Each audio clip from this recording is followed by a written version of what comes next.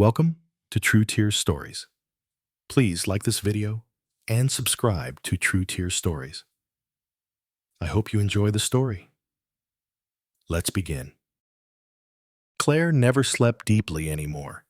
Even when her newborn son, Owen, managed a rare 4-hour stretch, her body remained half alert, hovering just outside rest. Something always felt slightly wrong, like the house wasn't breathing the way it used to. It started 3 weeks after she returned from the hospital. The baby monitor, a sleek digital thing with audio and night vision, would crackle faintly around 2 o'clock a.m., not with cries or coos, but with voices, whispered, muffled.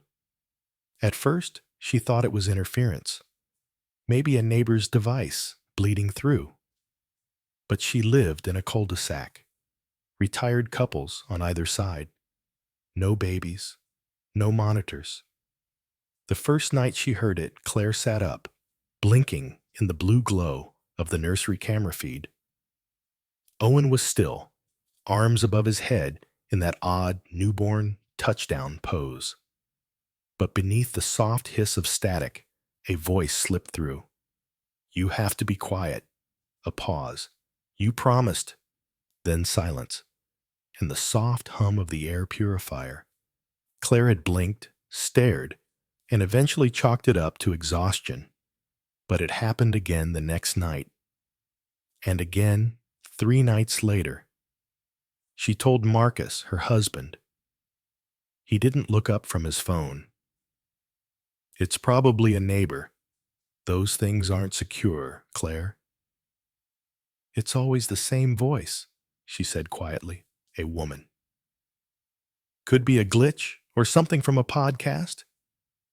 "I'm not listening to anything." He shrugged. "I don't know, Claire. You've been tired." It was the way he said tired that stung. Like a euphemism. Like fragile. Later that week, her mother came to visit and cooed over Owen while Claire made tea. "You need to rest more," her mother said. "You're pale." "I'm not sleeping well." "Oh, that's motherhood," her mother smiled. "When I had you, I was up for months. Thought I was losing my mind." Claire tried to laugh, but it came out flat. That night, she stayed awake, watching the baby monitor instead of the screen. At 1:58 a.m., the whispering returned. It wasn't loud, but it was deliberate. "Not tonight. She's listening." Claire leaned in, heart racing. A second voice now. A man's voice, barely audible. "You said she's asleep."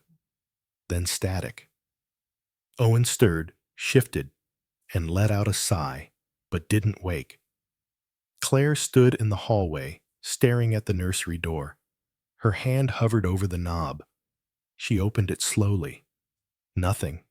Just Owen, the humidifier humming, the mobile spinning faintly in the draft from the vent. She picked him up and held him until sunrise. The next morning, she tried to bring it up again, but Marcus was already dressed, shoes on, coffee in hand. "I really think something's happening," she said. He glanced at the monitor. "It's a machine, Claire. They glitch. They pick up things. Please don't spiral." "Spiral?" "I'm just saying," he said gently. "You're dealing with a lot. The hormones, the sleep stuff. You've said yourself you're not feeling like you." Claire nodded slowly. She didn't bring it up again. That afternoon, while Owen napped, she searched for old devices in the attic. Found an analog baby monitor, battery-powered, with a basic speaker. She placed it on the dresser beside the digital one, switched it on, tuned it. No voices, just air. But that night, the digital monitor whispered again. This time, she pressed record on her phone and held it against the speaker. The woman's voice was clearer now, more agitated. "She doesn't know," it said, "but she suspects." Claire froze. Then the man. Don't panic. I'll take care of it. Claire looked down at Owen. His eyes fluttered beneath his lids, dreaming. She pressed stop on the recording, saved the file, and emailed it to herself. That way, if her phone vanished, she'd still have it. The next day, Claire asked Marcus again, calmly, "Have you ever brought someone into the house while I've been asleep?" Marcus frowned. "What are you talking about?" "While I nap, or at night. I don't know. Just someone." His eyes narrowed. "Claire, that's a serious accusation." "I didn't accuse you." "Yes, you did. And it's not okay." He left the room. Later, she found her laptop had been moved. Just slightly. Enough to notice. That night, the voices didn't come. But she left the monitor recording anyway, because something inside her had shifted. Not just suspicion. Resolve. She'd always trusted her intuition, until others told her not to. Now, she was done asking for permission to believe her own senses. Claire began documenting everything. Not just the monitor audio, though she now had 4 separate clips saved in a hidden drive, but Marcus's movements, the mail that arrived, even the way the house smelled after he claimed to have cleaned. A chemical tang that didn't match their usual products. She tried to be subtle, to observe, without reacting. But her mind was sharp now, narrowed by necessity. The haze of postpartum was thinning, replaced by something colder, clarity. The next breakthrough came by accident. She was folding laundry in the nursery, Owen asleep in the bassinet nearby, when the monitor buzzed. Just once. A soft crackle, then silence. She checked the app. No alerts. She tapped the live feed. Nothing unusual. The empty hallway outside the nursery, lit faintly by the nightlight in the guest room. But then, movement. A figure. Marcus.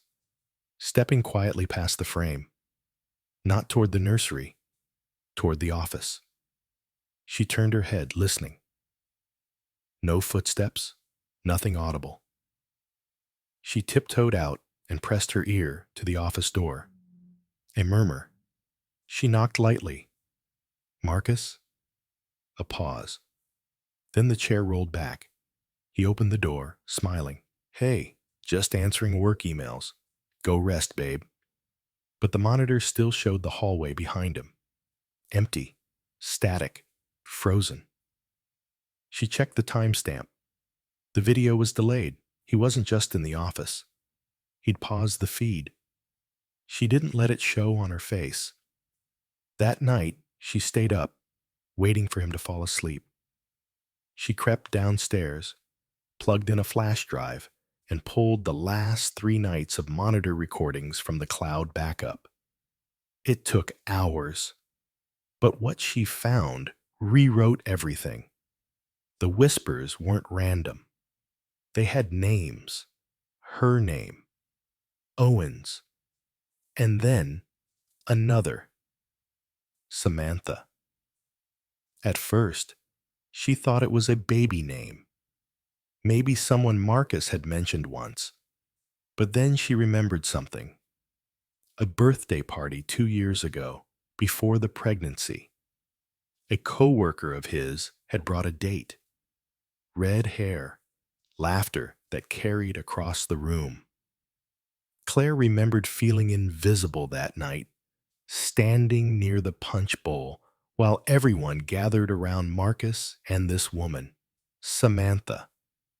In one of the recordings, the woman whispered, "Don't leave it like last time."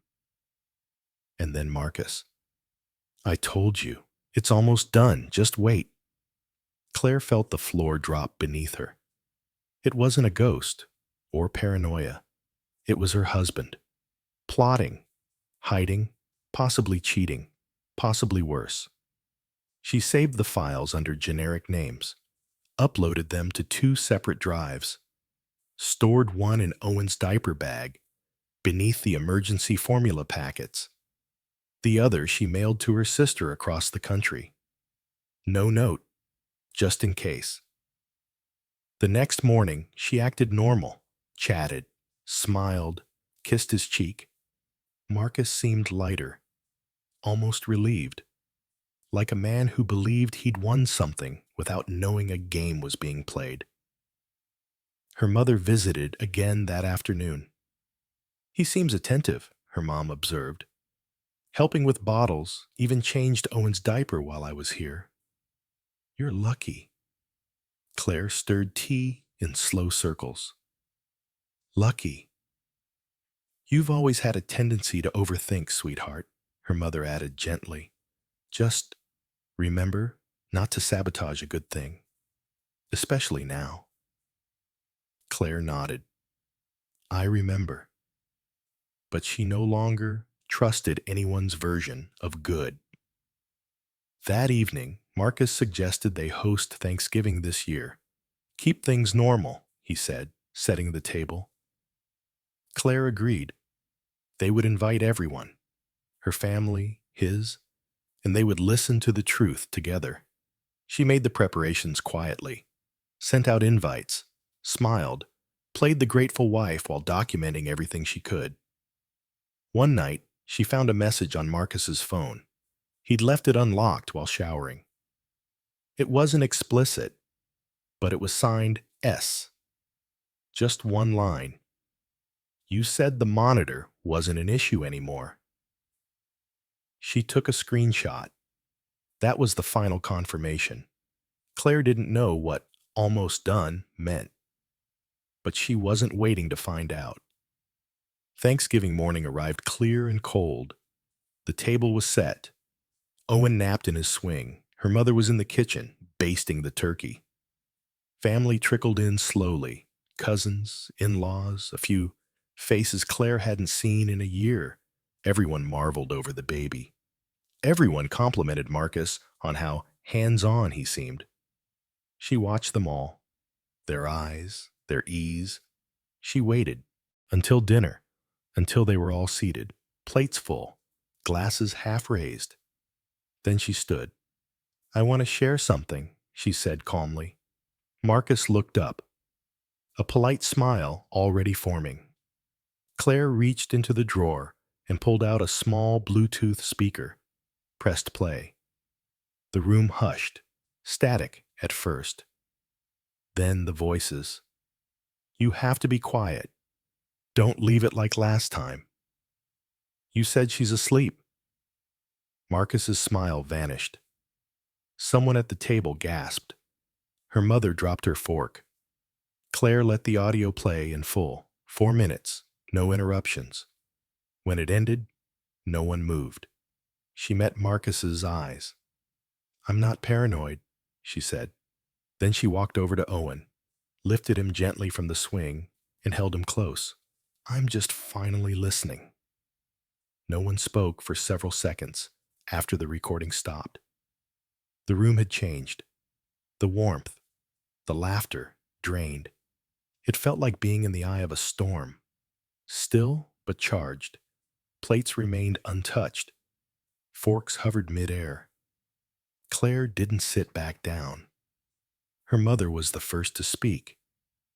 "What was that?" Claire held Owen tightly, pressing his cheek to her shoulder. "It's from the baby monitor. I've been recording the audio for weeks." Marcus cleared his throat, a faint scoff escaping. "Claire, this is insane. I don't know what that is, but it's not—" "You're on it, Marcus," she said evenly. "Your voice. Your exact words." His mouth opened, closed. "If this is some kind of deep fake—" Claire turned to the rest of the table. "I've sent copies to my sister. And my lawyer. If anything happens to me or to Owen, these recordings are going everywhere. Gasps rippled across the table. Claire, his sister, said carefully, "Maybe we should—" She held up a hand. "No. I've been told to calm down, to rest, to trust him. I was made to feel like I was unraveling. But now I know I wasn't paranoid. I was paying attention." Marcus pushed back from the table. "I can explain everything," he said, voice strained. "You've taken this way out of context." "Then explain," Claire said. "Explain who Samantha is." Silence. Then, "That's a private matter." Claire stared at him. "We have a baby, Marcus." He paced. His skin had gone pale. "I was going to tell you. I was going to end it. I just didn't want to ruin everything while Owen was so young." Her jaw clenched. "You already did." He looked at the guests, desperate for an ally. But no one met his eyes. Her mother sat in stunned silence, hand covering her mouth. Claire's uncle slowly stood and muttered something about needing air. A cousin followed. Within minutes, chairs scraped back, coats were gathered. Claire didn't stop them. When the door finally closed behind the last relative, it was just the three of them: Claire, Marcus, and Owen. "I can't stay here," she said quietly. "Not another night." Marcus leaned on the back of a chair, eyes tired. "Where will you go?" She looked down at Owen. "Somewhere safe." "You're overreacting." She laughed, bitterly. "Is that your answer for everything?" He didn't reply. That night, Claire packed quietly. She took only what she needed: a week's worth of clothes, Owen's essentials, the drives. As she moved through the house, the walls seemed thinner, the air colder. Every room felt like a replica of the life she thought she had, decorated with lies. Marcus sat on the edge of the bed as she zipped the suitcase. "This doesn't have to be the end," he said. She didn't look at him. It already is. By morning, she was gone.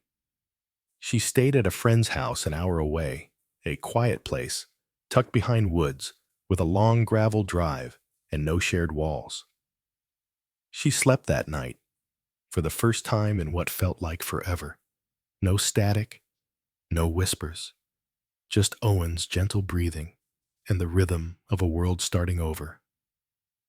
The fallout began immediately. Text messages poured in, some apologetic, some confused. One from Marcus that simply said, "Please come home." She didn't respond. Her lawyer drafted the paperwork. She'd already seen a specialist who confirmed that the monitor recordings were admissible. She'd be protected. And she had support now, from the people who once dismissed her as paranoid. And yet, it still hurt, because it wasn't just a marriage ending. It was an entire identity dissolving. She had believed in that home, that man, that version of herself as a wife and new mother, loved, safe, grounded, but none of that had been real. Still, something else was. Her instinct, the one thing that had never betrayed her. She looked at Owen sleeping in the travel crib, his tiny fingers curled like question marks. He'd never remember any of this, and she was going to make sure of it. Winter settled quickly that year. Claire stayed in the guest room of her friend Lena's cabin for nearly 3 weeks. Tucked beneath pine trees with frost-draped windows, the place felt like a sanctuary. Each night, she fed Owen by the fire and listened to the logs crackle instead of whispers. Marcus called twice. She let it ring both times. He didn't leave voicemails. Eventually, the calls stopped. Word spread among the family. Her cousin sent a cautious message. We had no idea. I'm so sorry. Claire didn't reply. She wasn't angry, not exactly, just spent. What surprised her most was how quickly normalcy returned. A different kind of normal, a quiet, watchful one. Lena offered her tea every night, always in the same chipped blue mug. They didn't talk about the Thanksgiving playback. They didn't need to. By the second week, Claire began documenting everything for her case. She cataloged the recordings, the emails, even the bank transactions that revealed Marcus had paid for a second phone. She met with her lawyer twice and set up a custody plan. Joint, at first. Supervised. She wanted to be fair, but she also didn't want to be naive. Then one afternoon, a package arrived. No return address. Just a box with her name. She opened it slowly. Inside was a tiny silver rattle engraved, "To Samantha's baby." She stared at it, unblinking. Samantha had sent it, or someone close to her. Someone who thought Owen wasn't hers. She grabbed her phone, scrolled to the old recordings. The one with Marcus whispering, "It's almost done." Done what? It wasn't just an affair. There had been something bigger. Plans. Alternatives. She looked at Owen, who was chewing on a blanket corner, giggling. Suddenly, the timeline felt more urgent. Claire asked her lawyer to run a DNA test, quietly, just for peace of mind. The results came 2 weeks later. Owen was hers, fully, biologically, legally. But Marcus? Not the father. The silence in the cabin seemed to stretch out and double in size. She sat in the bathroom, results in hand, the heater humming behind her. It didn't make sense. Not at first. But then again, she'd been sedated for hours after labor, disoriented, trusted what Marcus had told her, what the hospital paperwork had confirmed. Somewhere, something had been forged. She clutched the counter and stared at her reflection. Who had given her this child? And why had Marcus pretended? Thanksgiving wasn't the end of the story. It was just the door cracking open. That night, Claire recorded a message. Not for Marcus, not for family, for Owen. Someday, she would tell him everything. Not just what was done to them, but what she did next. Because the truth wasn't something to whisper in the dark. It was something to say out loud, even when no one believed you, especially then. The snow outside had thickened overnight, blanketing the world in soft silence. Claire stood by the window with a mug of tea, Owen pressed against her chest in the sling. He was warm and breathing steadily, unaware of the world he'd been born into, or the secrets that hovered just beyond his understanding. She no longer checked the baby monitor compulsively. It sat in a drawer now, powered off, no longer a vessel for fear. Still, she didn't throw it away. Part of her knew it was a piece of what saved them, of what saved her. There was grief, of course, for the life she thought she had, for the love that had turned hollow when tapped too many times. But in the quiet, grief softened. It didn't sting as sharply. It just settled, like dust after a storm. Claire still didn't have every answer. There were things Marcus had done, arrangements, manipulations, betrayals, that she might never fully uncover. But the point wasn't in knowing all the truths. It was in recognizing the moment she stopped waiting for permission to trust herself. She was building something new now. Slowly, patiently. A life that wasn't perfect, but was hers again. She watched a single bird land on the porch rail, shake off the snow, then fly again. No drama, no audience, just the quiet act of continuing. Behind her, Owen stirred and made a small sound in his sleep, the kind only mothers seem to notice. She kissed the top of his head and closed her eyes. Whatever came next, she was ready, because when they called her paranoid, she listened harder. And when they told her to rest, she stayed awake. And when no one believed her, she believed herself.